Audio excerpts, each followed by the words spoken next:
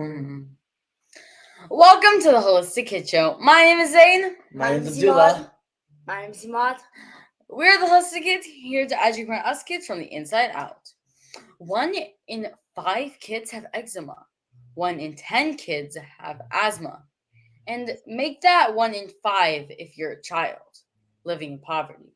1 in 10 kids have ADHD, and nearly 1 in 10 kids have behavior problems.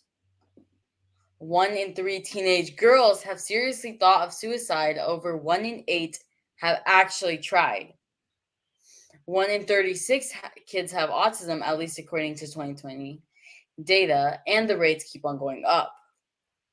Autoimmunity is rising by 3 to 9% each year, with teenagers 12 to 19 years of age outpacing any other age group. These are really scary numbers, right, Zan? Right, Yeah. Imad? Yes, very scary. These are and if they're going to keep on going up, then it's going to keep on getting Scarier. Yeah. But what have we done? But we have done a lot of podcasts on how healing is possible, right? Yeah. Yes. But lots of people don't think healing is possible. They're like, oh, you have autism? Okay, now you can't do anything about it. You have autism for the rest of your life. Exactly. And that's why everyone is on a different healing journey. Mm-hmm. And that is why today we are talking to Dr. Joel Gator again to talk about healing at our own pace, as healing isn't a race. Joel Gator, Joel Warsh is a board-certified pediatrician in Los Angeles, California, who specializes in parenting, wellness, and integrative medicine. He is the pediatrician to the stars. And his new book is coming out in August called Parenting at Your Own Pace. We are so thankful to have you back on again, as you are on our very second episode. Right? Second episode. We just did our first interview before this, and now we're just going in order. So it's weird.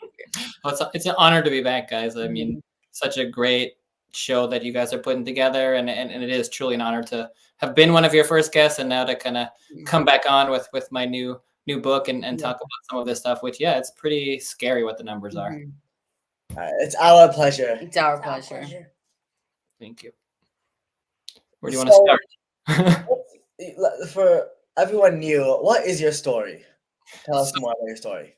Sure. So, for me, I grew up in Toronto, Canada, had a pretty normal life. I wasn't really very holistic minded at all. Ate all the, regular stuff. Sometimes I went out to get fast food, played hockey like every Canadian does, all those things. But as I went through my medical training, I realized that I was very frustrated with the system and how it seems like everyone is getting sicker and sicker, and we're really focusing on, here's the problem, here's the treatment, but nobody's really focusing on chronic disease. Nobody's really focusing on prevention, and the numbers seem to be getting more scary and worse. And why is that? Why all those things that you guys mentioned before? Why are the rates of autism 1 in 30 or whatever they are now, as opposed to 1 in 10,000 from many years ago? Why are so many kids depressed? Why do so many kids have ADHD? Why do so many kids have eczema? There is something that we have to be doing in modern society, right? And the question is what? Why? And we need to be figuring this out. And that's one of the big reasons why I even wrote the book, to start thinking about these things and really get ahead of it, so that way we can change the trajectory. I don't want you guys to be sick. I don't want my kids to be sick. I don't want anybody to be sick. I just want to be you guys don't want to be sick, right? Yeah. Definitely no. No. You're sick. Right, do you want to be sick? No, that's like a pain. Exactly. Exactly. And you said something really, really profound and really important. You said that we're kind of accepting this, right? It's like we're accepting that things are just the way that they are, when we shouldn't be. There is a lot that we can do to make a difference. And you could be the healthiest person in the world, and you can run marathons, and you could do all the right stuff, and you could still get sick. That happens, right? And you could be the least healthiest person in the world, and you can still live to 115. But that's not the normal, right? What the normal is, the things that we do make a big difference. And I know that's important in your family. And that's what I try to teach my family and my patients as well, is that we have a lot that we can do to make a difference. Yeah, and that's why there's so much hope and a lot of things that parents can do to help us kids. It's just they're not trying to search for it. They're like, okay, yeah, let's just put some medications on them and they'll be fine. But we should actually start looking at it. Also, what's crazy is that parents are like, "Oh, my kid is healthy." When they have eczema, they have like Mhm. small other side effects that are other symptoms that are starting to get worse. They have nausea all the time or headaches all the time. It's like, "Oh, my kid is healthy, right?" Mhm. And it's like you said, people are now just accepting that if it's a Mhm. part of life when it doesn't have to be, Mhm. Right. right? Like think about allergies, right? I mean, Yeah. we all just assume, oh, I got a peanut allergy. Well, that's just how it is, I guess. Yeah. And maybe it is to some degree for some people, but I would like to think that we have some impact on that. And I feel like the way that we're living, the food that we're eating, the toxins that we're exposed to, they all matter. And the fact that we're eating really kind of crappy food all the time, or a lot of people are, and they're surrounded by so many chemicals and toxins in the air that we breathe and the water that we drink sprayed on our food. These things contribute to our health, and if we don't think like that, then things aren't going to change.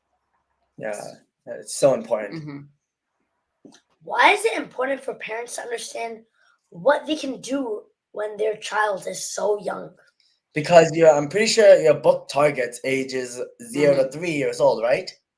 Correct. Yeah. So I chose to start with that age range because I feel like it is so important to get ahead of this, right? I feel like as a pediatrician and as a dad, and as someone who cares about kids, we don't want them to get sick. And the only way to prevent that is to think about things from day one, because a lot of what we are seeing is this buildup of chronic disease over time. The small exposure to this chemical and this chemical and this chemical, and eating some not so good food, and then eating this not so good food, and over the time it adds up. So if we can get to these things on day one, if we can be mindful, right, of these things and make different decisions, or at least be mindful of the decisions that we're making, then we can make different choices, and all those little things add up. Because it can be pretty scary, I imagine, right, for a lot of parents, for kids to be like, oh, we're going to throw out all your candy, we're going to throw out all your snacks, and we're going to eat broccoli every day. Like that's what someone's going to take That's it. not really realistic when it comes. It's not realistic.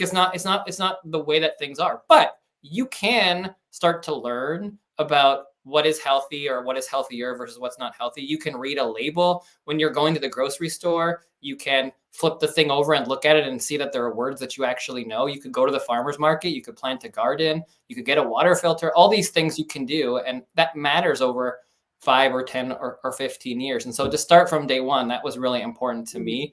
And so I wanted to answer the normal, basic parenting questions that everybody has from an integrative perspective, but also talk about the health and the wellness and blend them together. So when your book, when it targets the ages of 0 to 3, what's one of the most important things that we can control for those ages? I would say the two biggest things are the stuff that we have been talking about a little bit, is food and toxins. So the number one tip that I always give, if people ask me like, what is there one thing that you could do that would make a big difference, is to read labels. Read labels on every single thing that you purchase, whether it's food or whether it's something you're purchasing for your house or a sunscreen or a skincare, like everything that you're doing, you can read the label and look and find things that say almond and apple and pecan, or it could say tetra hexa. Whatever. I don't know what that is. It's probably not good for you if you can't even pronounce it, right? Exactly. Yeah, that's what we say. We're like, You can't if pronounce you can't pronounce it, just try to stay away from it. Exactly, and that gets me a long way. And you don't need to go to like Harvard and have a PhD in organic chemistry or something to look at a label and be like, that's probably not good for me, right? Like you can be 4 years old, and you can look at a thing and be like, I don't know what that is. But you guys, you've been taught from a young age, healthy versus unhealthy, what makes you feel good, what makes you feel bad. And it's not rocket science. You guys get it. I know you get it. I mean, you're talking about it all the time. And so most adults, for sure, they can get it. Yeah. So we look at labels of baby formula. Isn't it crazy what we're feeding our babies? I would say, it's a really good question. It's interesting because formula is important to have, right? There are a lot of reasons why you might not be able to breastfeed. I think that, without question, the healthiest thing that we can do is breastfeed if that's something that you're able to do. and want to do. And formula can save your life in the instances where you can't. What I think is crazy about formula is that if you look at the ingredients, some of the things in there are very concerning, like high rates of sugar, preservatives, things that we don't necessarily need in there. And it would be really nice if we could, over time, get better versions of formula and keep working on it so that way we can get those chemicals out of there as much as possible. But that's true of all of our food, right? I mean, I imagine you guys know a lot about that too, but like, food dyes and the amount of sugar that we add to food and the preservatives and things like that we just don't want in there. So I feel like not just for formula, but for all food, we need to get that stuff out. Mm-hmm. Yeah, it's just so sad, what we're feeding babies nowadays. Yeah, but yeah, you were right. Depressing. Some people can't breastfeed, and that's okay. But So is there alternatives that they can use to keep their babies healthy? So I guess the main alternative is breastfeeding if that's an option. And then there are many different kinds of formulas. There are ones from America. There are ones from other countries. You can look at the labels. You can try to decide, what you feel like is the best version. There are certainly lots of newer ones that are coming out in America, even that have some better ingredients you can look for, at least something that's organic if you can get that. You can look for something with as minimal sugar that's added, things that don't have fructose corn syrup as one of the number one ingredients. That kind of stuff is some basics that we could look at and choose between. A lot of them are fairly similar, so you don't have a ton of choice, but at least you can get the best one you can afford that is around, that you feel like has a good ingredients. But the first step is just reading the label in general, right? Yeah. And so earlier you mentioned how one of the two biggest things that are really that's really bad for a baby is food and toxins. Mm-hmm. So what are toxins, and is toxin just poison? And what do we have to worry about for babies when it comes to toxins? Yeah, another great question. So I kind of think of it as chemicals that are bad for you, right? There are so many chemicals. Most of them haven't been studied a lot. They certainly haven't been studied in humans a lot. And we definitely haven't studied them in conjunction with each other.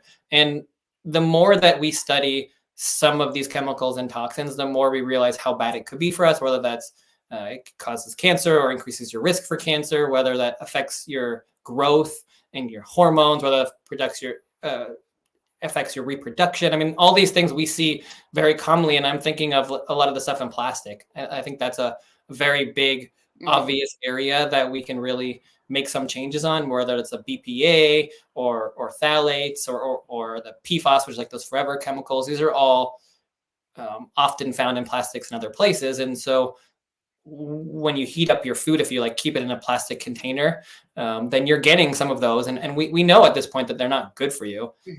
So it's really just being mindful of that, minimizing it, using glass wherever you can. And I think that can go a long way. And there's actually a really interesting study. So let me tell you about this. I don't know if you've heard of this.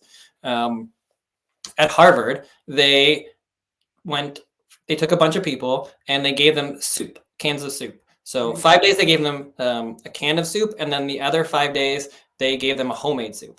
And they measured their BPA from the plastic lining inside the cans before and after. And they found that there was a 1,000% difference in BPA in their urine just in those 5 days, between the days they were using the canned soup with the BPA in it and the days where they were using the homemade soup. So it's like, how many chemicals are we getting on a daily basis that we don't even think about? That is a huge difference between just 5 days from just eating a can of soup. And yet, that is a big thing. So if we're just more mindful, think about how much we can decrease our BPA from plastic or other things if we make some different choices every now and again.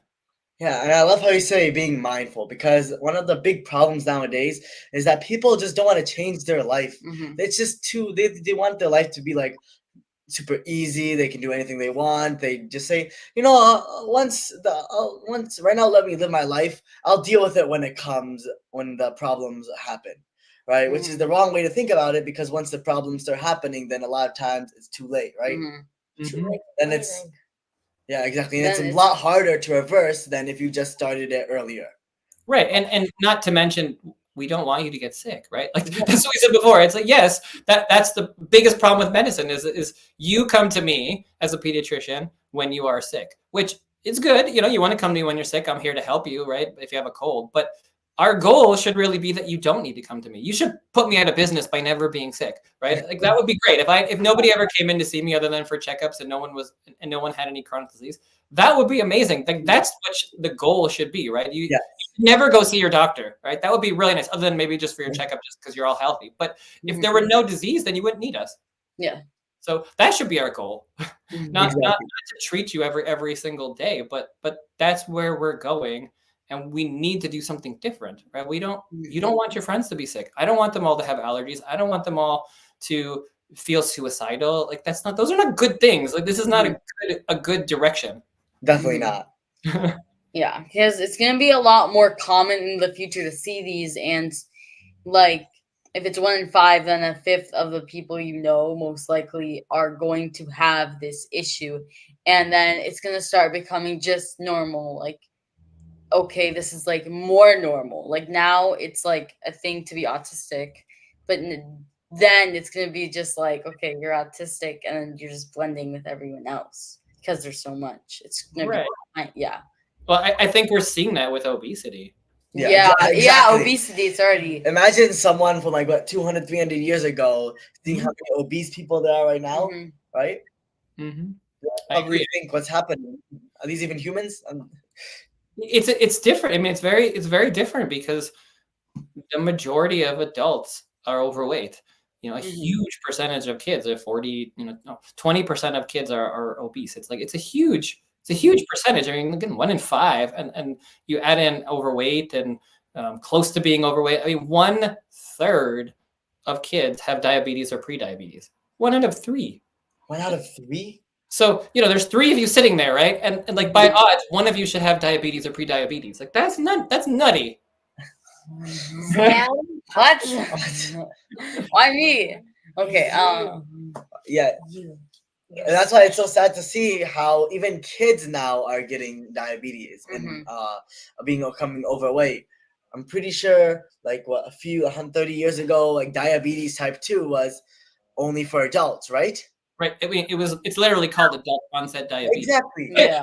It's literally called that because it's unheard of. I mean, I went to look into this because I was talking about diabetes on another show, and so I was putting it in and trying to find the statistics on it, and it doesn't even find statistics. Like I went to ChatGPT, I went online, I went into PubMed. I was trying to find what were the rates of type 2 diabetes in kids years ago, and it just said, all I could find was it might have been around, but it wasn't very significant. There were very few cases. It's something that was seen in adults, and now the average age of onset of diabetes is 13. 13? 13, which is insane. This is a condition that didn't exist in kids a few decades ago, or barely existed a few decades ago, and now it's extraordinarily common. And why are we just okay with that? Mm-hmm. You are so empowering. Because they're just moving on, and they're not actually dealing with the issue. Yes. Correct. And I think that's a big problem, because we need to, just like you said, we need to do something about it. We need to stand up and make some changes. And that doesn't necessarily mean that everybody should move to the mountains and live in a little hut somewhere, right? You can. I have friends that they moved to Montana, they moved to the middle of nowhere. They wanted to have a more holistic life, and that would probably help. But the reality is we mostly live in a city, and we have some constraints in our life, but it doesn't mean there aren't things that we can do. And when you guys go shopping, it's you can walk around the outside and pick food that you actually know what it is. It doesn't have a label. You can read the labels. You can pick things with different colors. You can get a water filter. You could, put some plants in your house to clean the air a little bit. There are little things you can do that make a big difference, and that adds up over 10 or 20 years. Yeah, it really does. Yeah. We have a ton of plants in our house. Mm-hmm. Us too. We have a plant right here. Come on, show the plant. Totally not fake. No, we have, yeah. Real plants. Real plants are good. We definitely have lots of replants. I think those ones over like there a are jungle real. in our house. Yeah. That's good though. But I mean, think about it, right? What is that jungle doing? It's cleaning your air. You don't think about it. Yeah, I feel like whenever I breathe in here, it's very nice. Mm-hmm. It's a lot more fresh. Mm-hmm. It's a lot more fresh. Have you ever walk into a garden or whatever, and you're you saw a greenhouse, and it smells different. Well, why? Because the air is being cleaned by plants, the way it's supposed to be, in the whole world. But less humans screwing it up. Fewer Mhm. humans. Exactly. Yeah. Now, eventually, it'll be rare to see a tree. Uh-huh. I hope not. Yeah, exactly. Me too. Uh-huh. So you're an integrative pediatrician, and you see kids with all different conditions, and we know that kids can improve. But where should kids start to improve their health at their own pace? Because when kids see trying to improve their health, it's like it seems almost impossible. It's too big, right? It's like Mhm. trying to climb a mountain. So where can they start to improve it at their own pace?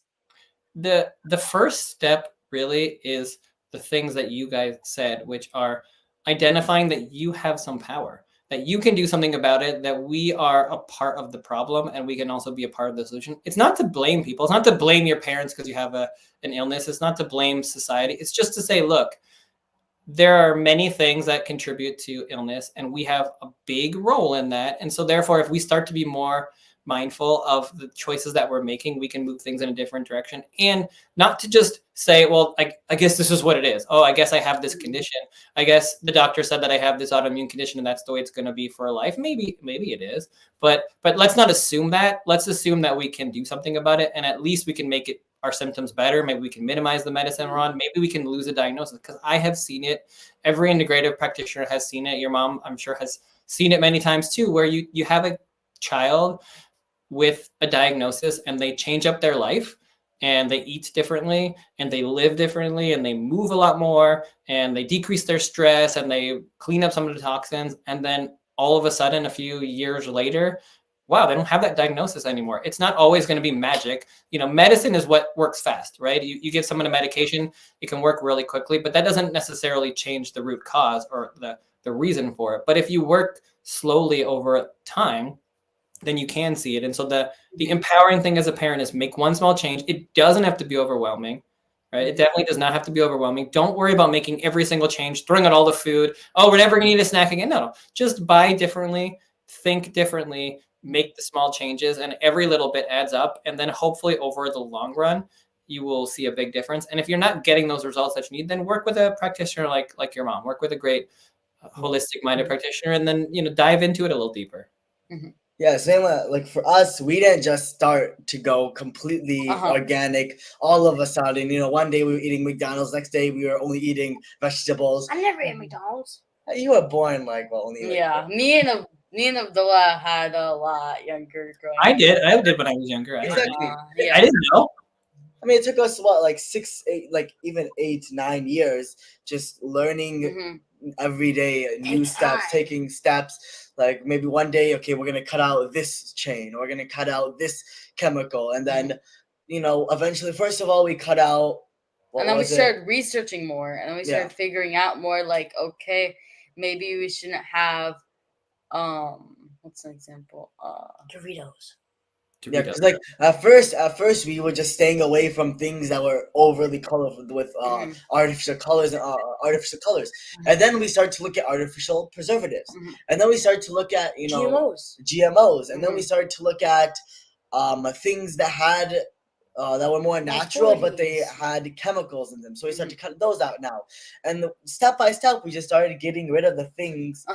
Takes so time. exactly. Yeah. I have a question for you. So for some of those things that you were eating before, and then you remember eating, and then you kind of took them out, and then maybe you ate a little bit of it later. How do you feel after? Because I can tell you, I used to eat a lot of that stuff, and then now if I'm at a party and I eat something, I don't feel that good after I eat it, and I'm like, oh yeah, that's why. Do you feel that way? It's funny, right? Because when you're used to eating it, it doesn't really bother you that much, but then when you stop eating it, you realize how it makes you feel. Is that true for you or not true? Yeah, because then sometimes, right, if we have too much sugar, then we'll start at maybe someone will get more irritated often. Or even though if it's organic sugar, we're gonna still be like, okay, this is good. This is too much. It's time to quit it. And just have some sauerkraut. We just have some sauerkraut. The next day, couple days, we're chilling out. No more. If Imad or Inzan, they start fighting or because of no reason, we're like, oh, we had that party yesterday. You probably had too much sugar then, and now you're more irritated. Yeah. Do your friends give you some attitude ever for oh no, we need some sauerkraut? That's gonna make me feel better. I can't eat any more of that. And they're like, you're just weird. That's what they say to me now. Just a weird. That's what Imad said. But you guys aren't weird. You're way ahead of the game. That's why. Exactly. They'll learn. They'll learn one day. We're normal. They're weird. Exactly. I mean, they're eating stuff made in a lab, or we're Uh-huh. eating stuff that was made on like in the earth. Yeah, we've been doing the things that they've been doing for years. Well, this is just the new. Well, they just changed everything, and now they're just eating what people tell them to eat. And that's what people know to be normal, right? And I think that if you really look at what happened, it's both parents started working. The world became about efficiency, right? In terms of, we got to get things quicker, faster, more. We got to have TV dinners. We got to, go buy things from the store. We don't have time to cook anymore. And a lot of us stopped learning how to cook. We stopped learning how to garden. We stopped learning where food comes from. A lot of kids these days, I think that food comes from a grocery store in plastic. It's like you don't go to a farm. You never see it anymore. Exactly. And also, I think a big reason is that kids don't even know that there's chemicals inside these foods. I mean, I remember back when I used to eat my McDonald's and all this stuff, I would never think that McDonald's French fries had more than 30 ingredients. I would exactly. This looks like potatoes. Potato, right? It just tastes good. That's what you think. Like, it's delicious. All right, cool. Yeah, that has so much ingredients in McDonald's French fries, and now we can just make it like potatoes, olive oil, and salt, and then it'll taste even better. Right, and I think a lot of kids and families just don't realize until they actually cook themselves and they actually pick the food themselves and eat it, and they're like, wow, this is so much better. Like I imagine the answer to this question is yes, but you go to a farm and you pick something off of a tree and you eat it and you're like, what? That is not the same thing as in the grocery store.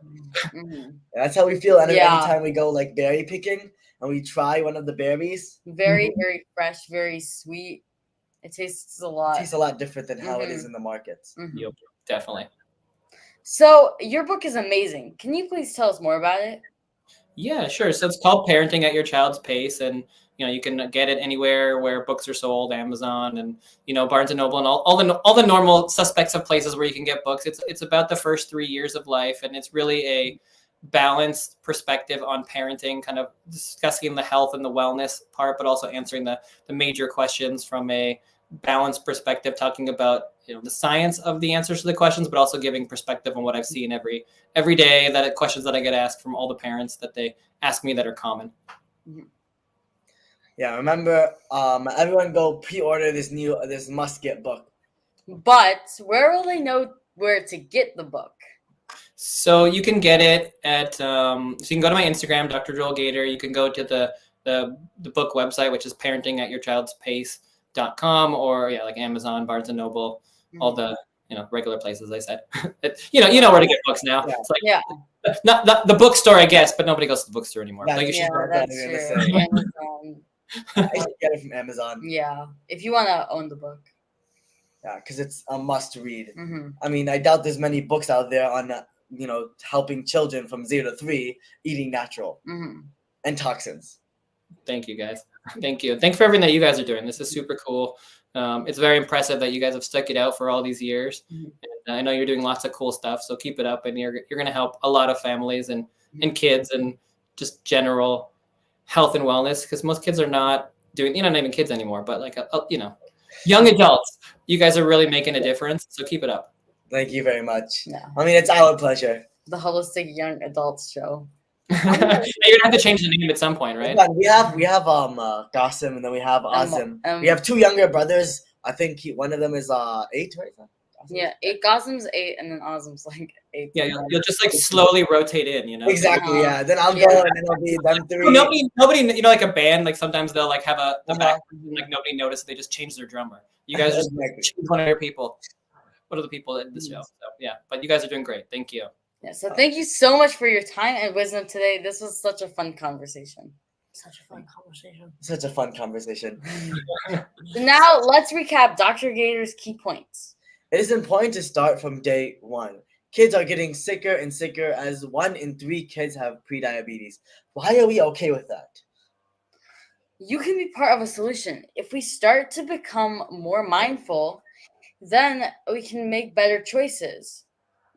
Assume you can do something about it. Yeah. You can change up your life. Medicine works fast. If you work slowly over time, make one small change. Don't worry about doing it all at once. And Sex. over the long run, it will help out. Be mindful and be mindful of the decisions you are making.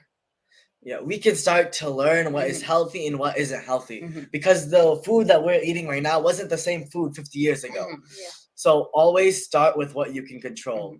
Food, and Toxins. remember to read the labels, because remember to read the labels on everything that you are doing and find real ingredients. Even toothpaste now has so many Mhm. chemicals, and even like ketchup and fries. Mhm. You know, The always basic things that. that we eat have been- so many ingredients and things we don't even know what they are. Mhm. And remember to eat things that you can pronounce and that Mhm. came from the earth. Toxins are chemicals that are bad for you. The more we study these chemicals, the more we realize how bad they are for us. Yeah, and there are little things that you can do to help every day, and it adds up over time. Starting with kids as little as 0 years old is important. Mhm. There's so much hope, so that's why you should check out his book today. Mhm. Check out the book today. Like right now. Today. Just go to Amazon and check out. Wait, does it come out in August? Wait, does it come out in August? Yes. It does come out in August, so you can pre-order it today. Yeah. Pre-order it today. Come on. Unless they're listening to this in Yeah, August. in which case then they can check it out today. Okay. So thank you everyone for tuning in. Until next time, I'm Zansari. I'm Abdullah. And I'm not. Follow my family and I on social media, Holistic Mom D, and look out for my mom's book and our book, Teen Health Revolution, which is coming out next year. So stay tuned. Kids need to learn from other kids. Please download our podcast on iTunes and leave a review so other kids and families can work together to create a healthy future for all of us and the planet. Join us next week for another episode of the Holistic Kid Show, where kids aren't prying kids. Thank you, everyone. Thank you, everyone. Thank you. It's my